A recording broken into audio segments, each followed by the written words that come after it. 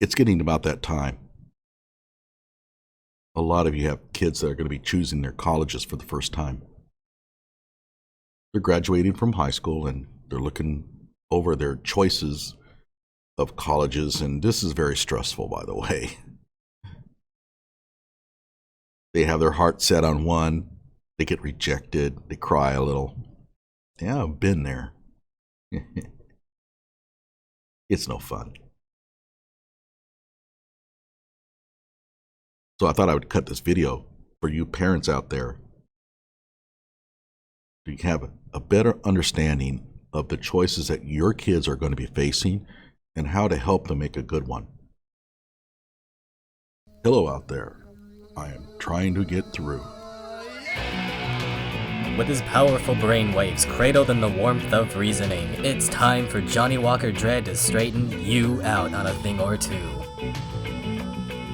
Emanating all the way from exciting Las Vegas, Oklahoma, it's the Johnny Walker Dread Show.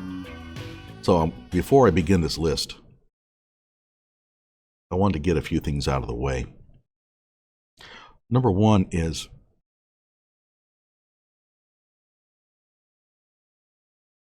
your son or daughter may be wanting to go to a university because their boyfriend/girlfriend has been accepted and she wants to go to that, has been accepted and he or she wants to go to that university. My opinion, go ahead and let him or her do it. If they've been dating a while and you can honestly say that they're engaged in a romance, go ahead and let them do this. You might say, well, yeah, that was a mistake though. She wants to go to that Northeastern Oklahoma Tech A&M. And that's not a very good school for my kid. He could go to the University of Oklahoma instead, much better. Let him go to Northeastern Oklahoma Tech A&M. I mean, you could try to talk him out of it, but ultimately, he could end up miserable being away from her. And that's just not going to be very healthy. You don't want relationships to end this way. Let him catch her cheating. That's a much better way to end the relationship than this. It could be that he or she learns a really bad lesson here, but that's just the way it goes. You have to learn these lessons, and I just assume let them go. That brings up another point. A lot of parents will say, well, you can go to Northeastern Tech Oklahoma A&M, but you're paying your own way. When I was a kid, my parents didn't pay my own way, so I'm not going to pay your own way either. I have a lot of friends who say that. I'm spending my kids' inheritance. How selfish can you be? To me, that is what I would call a loser culture. A loser culture is one that has certain cultural habits that only depress it economically or some other way. And in the South and Midwest especially, there is sort of this culture thing where you don't support your kids at all. You basically let them flounder on their own because your parents didn't support you. And this is one of the reasons why many areas of the country have a hard time progressing economically.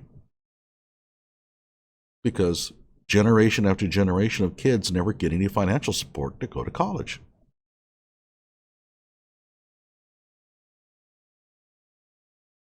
Sure, they can take out loans, so they're going to get buried with that, though. Your job as a parent to get your kid through college. That's your job. It's not to go buy a Winnebago. It's not to go to the Grand Canyon. Or worse, buy one of them damn Harley motorcycles and putter around all over the country. That's not what you're there for. You're there to support your kids. So open up your wallet and pay their tuition within reason. We'll talk about that a little bit more when I talk about cost. And don't use withholding of money as a means of forcing your kid to go to a certain school. That's just not really right. There is an exception to that, and I'll bring that up in a moment.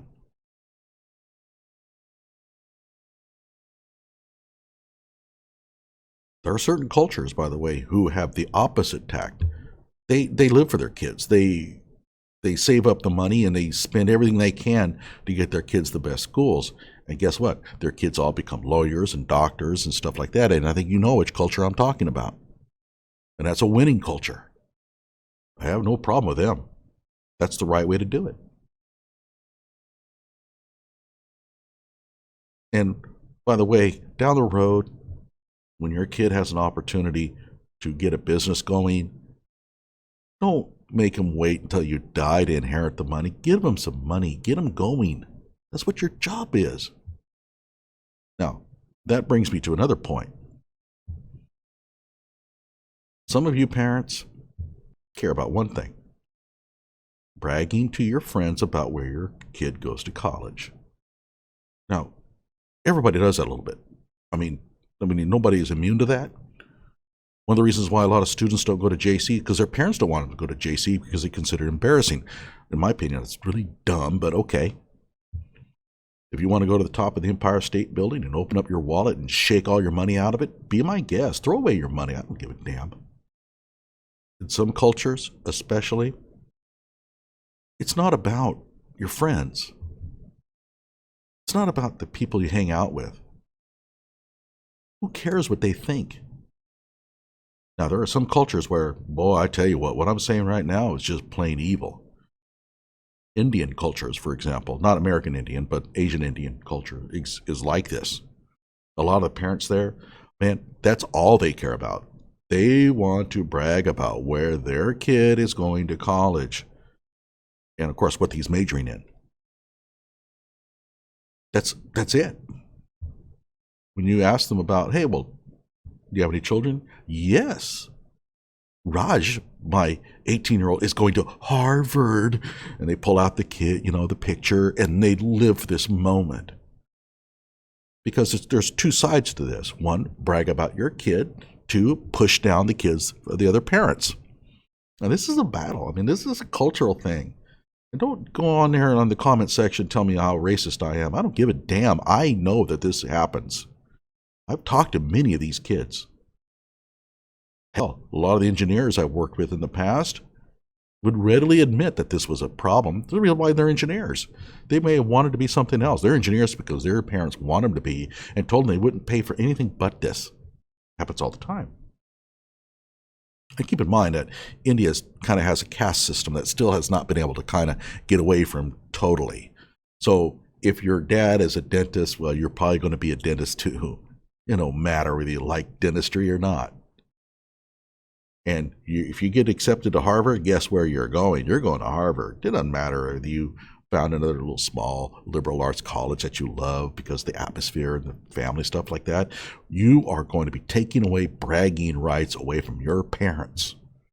And that's ultimately what they care about. You want to fight that losing battle? Go on ahead. But I just don't think you're going to get very far with it. And I think with you parents, I could try to talk you into not doing that. I could try to tell you, look, it doesn't really matter what your friends and family think. I'm not going to get anywhere. It's not going to happen, so I'm not going to fight that losing battle. I'm not going to die on that hill. So what are these big things I'm going to tell you about that you should consider when it comes to picking a good school for your kid? Now, keep in mind, I say picking a school for your kid. Your kid has to pick the school, but you kind of have to encourage them. And there are times when you're going to have to tell them, look, that may not be a good idea, and you need to talk to them. But number one is cost. I can't deny that. That's why I say, go to JC. Tell your kid, hey, I want you to go to junior college for a couple of years. You don't have to go to JC near here. If you want to get away from the house, which every kid really does want to, well, not every kid, but most, they want to get away from the home, you can go to JC in another county. You get an apartment. Now, if you want to pay for the apartment or make them get a job and pay for it, okay, fine. Again, I think that it's best to try to support your kid financially as much as you can. But I can certainly understand making them get an apartment to maybe have them put a little bit of skin in the game. I understand that argument. But I don't buy into this bullshit where, well, if I pay for my kid's apartment, I won't be able to get the Harley Davidson motorcycle where I can hang out with my other 60-year-old losers and ride around the country pretending to be big biker gangs and stuff.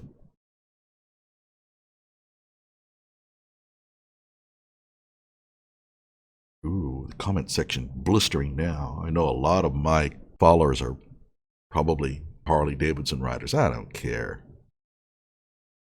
Big old noisy damn things in the first place. But at any rate, I strongly recommend that you try to talk your kid into going to a JC for a couple of years. Get their general ed out of the way. They will get better instruction at the JC than they will at the four-year university. They will get far better instruction at the JC than they would get at Harvard. Harvard, Yale, all those places, terrible undergraduate curricula. I don't care about their students. We'll talk about that in a moment.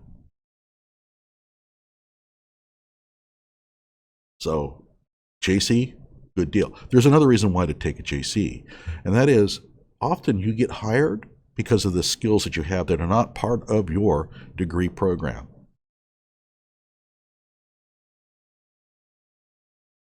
And your chances of getting into a college that can teach you those skills is far better at the JC than it is at a four-year university.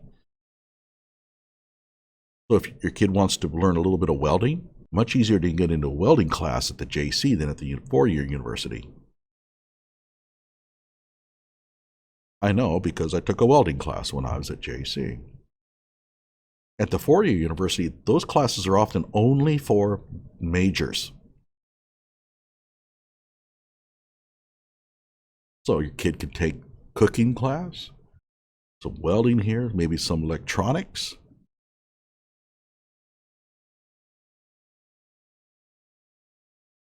Those are the kind of things that can help get a job. And they're the things that kind of make going to college a little bit more fun. Now, a junior college doesn't have quite the social life of a four-year university. I understand that. I get it. That's going to be an important consideration later. Now, the next thing I'm going to mention, a little controversial, and I want to be kind of careful about this. And that is the reputation of the university. Stop. Hold on a second. Don't start sending in your checks to Harvard just yet. Whether the reputation of the university matters kind of depends on what your kid's trying to do. For example, let's suppose your kid wants to be a psychologist. Who cares where they go to an undergraduate program? If your kid gets a master's or a PhD, future employers are not going to care where they got their undergraduate degree. So they might as well go to a place that is low cost, has a good social life and all that kind of stuff, where they can have some fun and get a good education. Screw the reputation of the university. Now, if they're majoring in something that really is aimed at a four-year degree and then you go get a job like engineering and stuff like that, the reputation of the university kind of matters a little bit more. But just make sure that this isn't about bragging. I mean, if you're really wanting your kid to go to a certain college because you want to brag to your parents, that's a bad reason to choose that college. Resist the temptation. I know it feels great that your kid got into Stanford, and there's a lot of bragging that you can do, but all you're going to end up doing is pissing off everybody anyway. Nobody cares about where your kid's going to college. They're just doing the old, oh, wow, that's really impressive. Oh, my. In the back of their mind, they're thinking, why don't you just shut up? God, insufferable ass. That's what they're thinking. So you're not making friends this way. Just let your kid go to a college that is best suited for him or her. And forget about the reputation. But it can make a difference. For example, Texas A&M has a very good ag program. And that can make a difference in getting a job. In that case, that's a pretty good decision. It's only a factor, though. It shouldn't be the only factor. And quite often, it becomes the only factor. So let me repeat. If your kid is majoring in something that is going to involve an advanced degree, psychology, for example, you're not going to get a good job with a bachelor's degree in psychology. And the same thing with social work. You can't get anything with a degree in social work. Got to have at least a master's. And there are a ton others. All the medical fields, for example, that's going to be all involved in graduate work. So if your kid is wanting to do something involving graduate study, the reputation of the undergraduate program doesn't make much difference. Downgrade it a lot, and instead choose the other factors, which I'm going to talk about. Well, cost is one. However, if your kid is interested in getting a 4-year degree and then getting a job, then the reputation becomes a little bit more important. It should never be the only consideration. Although, again, I'll pick on Asian Indian culture specifically, it often is the only consideration. And by the way, I don't want anybody to get the wrong impression. Asian Indian students are very good. They're usually very talented. They're good students. And I like the parents. I mean, the fact that they drive their kids so hard to succeed is a good thing. I mean, I wish our culture had more of that in it. But they can take things too far, and they often take the reputation of the university too far for this thing. So it's a weakness, something like that. So I have a lot of respect for the Asian Indian culture. I wish that we were more like them in many, many ways. The other big consideration is social life. Now, I know what you're thinking. He wants my kid to go to a place where they party a lot. No, that's actually not what I'm saying. But you have to understand that if your kid goes to a certain college, that college may empty out on the weekends. There may not be anybody around. If it's a commuter school, where the vast majority of students don't live near campus, this is very true in urban schools, your kid may be miserable. It's Friday, all the other ones have gone home, and your student has a choice. Go back home, which could be 100 miles away, or hang around on a deserted island. And to be honest, I would never want my kid to go to a place like that. The University of California system is going to be really bad for this. But any urban university is also prone for this kind of problem. And what it does is it makes it really difficult for your kid to get friends. And friends make everything in college. Especially if your kid's going to be majoring in something rigorous, he needs good friends. Those are your study partners. Part of the social life thing is also cultural. If your kid is going to be planning on going to a college that has a lot of, for example, Chinese students, there's nothing wrong with Chinese students. The trouble is they can get very cliquish. And when they form study partners, they're not interested in forming a study partner with your son. Unless your son's Chinese. They will get together in these little gangs of 7 or 8, and they will converse and talk about the physics and the engineering and the psychology in Chinese and Mandarin. They're not going to talk about it in English. And your son or daughter has no chance of breaking into that clique. So it's kind of important for your kid to pick a place where there are lots and lots of students that are kind of like them. I don't mean choosing all white or all black or anything like that. It just simply means that he has to be able to walk around and think, oh yeah, I could see myself making a lot of friends here. And that's what's important. And now, by the way, making lots of friends here, I'm not talking about fraternities and stuff like that. That's often detrimental. But that's a completely different argument. And this is, by the way, a problem, for example, if you go to like some of the University of California systems where you might have 60% Asian population. Not that there's anything wrong with Asians. The trouble is that it's just really hard to break into that. And yes, I know a lot of black people will be saying, yeah, that is a problem for my black kids. They That is one aspect of this kind of racism thing that is absolutely true. It's a lot better now than it used to be, but it's still there. But it's not on purpose. I mean, nobody does this on purpose. It's just people hang out with others that they feel comfortable around, that they have something in common with, and that's just the way it is. So have your kid attend to college, walk around, and he or she needs to ask themselves a fundamental question.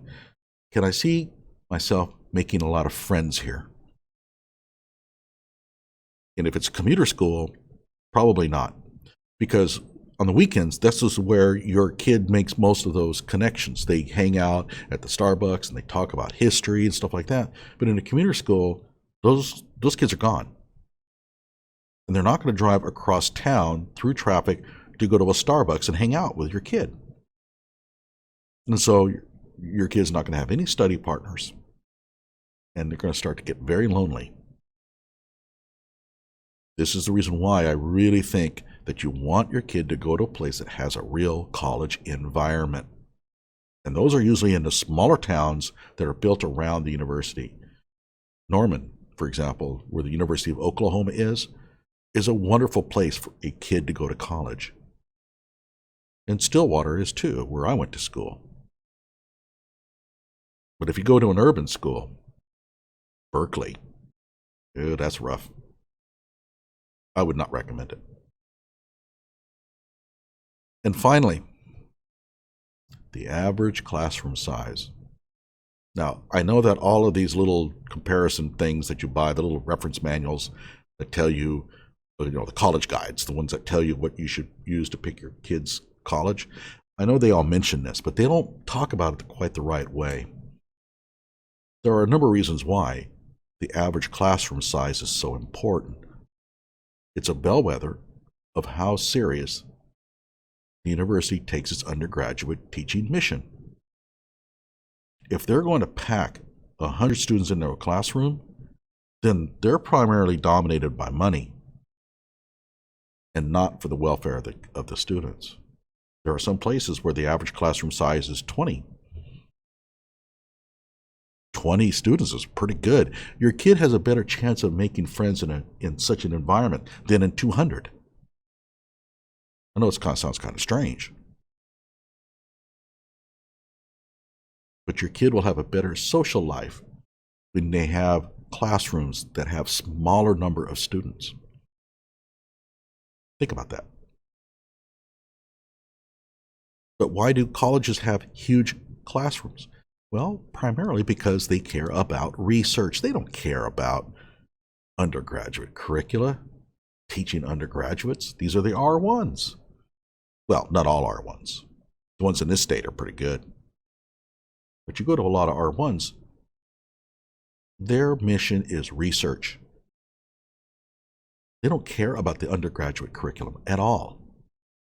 And so what they do is they pile in 200. I've seen undergraduate classes, 800 students. So large that not all the students could get into the auditorium. They had to watch it on a screen outside the building. That was at the University of California, by the way. Then why did they do that? Because the professors don't want to teach undergraduate courses. And in fact, most of them are taught by teaching assistants. I had a friend of mine who took a course from Edward Teller, the father of the H-bomb, brilliant physicist. I think this is at the University of California. And I asked him, I said, well, what was he like? He says, never saw him. Class was taught by a teaching assistant. Well, in the catalog it said Teller. So all people wanting to enroll in that class, right? But it was taught by a teaching assistant, a graduate student. And was it teaching any good? Oh, hell no. Terrible. They're not going to care. And so piling in tons of students into a single auditorium is very cost efficient. And it shows you what the university really values. Now, by the way, this brings up an interesting point. The average classroom size that they publish is not necessarily the one that matters. What matters is, what is the average classroom size in the introductory course that's involved in your kid's major? So for example, if your kid wants to be a psychology major, then contact the department and ask, what is the average classroom size for the introductory psychology course? It's probably called like Psych 1A or something like that. And if they tell you 800, choose another school. If they say 100, okay, I mean, that's doable. Keep in mind, if the introductory course is 100, that means the upper division courses are probably 10, 20. If they say 20 or 30 or 40, that's really good. That's where I would send my kid. So that is a really important thing to ask. Now, keep in mind, the department may not tell you, but you can go online. There are discussion forums where you can ask students, hey, I want to major there. What do you think? And they'll tell you, this is a great school. I want to know the Psych 1A class. How big is that? I mean, how many students typically take it? And they'll come back and they'll say, when I took it, there were 500 of us in there. That's not good. And so I would recommend that your kid join on one of these little bulletin boards, online bulletin boards, discussion forums. Reddit, for example, is one. There are a lot of them. And talk to a lot of students who are interested in talking about their university. And they'll kind of give you the inside scoop. You have to be kind of careful. Some of them are a little bitter over things and can exaggerate the pluses and minuses. But, so there it is. Cost. Reputation, not necessarily. Overblown most of the time. Not as important as everybody thinks it is. The social life, average classroom size. Like my video and subscribe to my channel. I like talking about universities and colleges. I'm going to do more of this.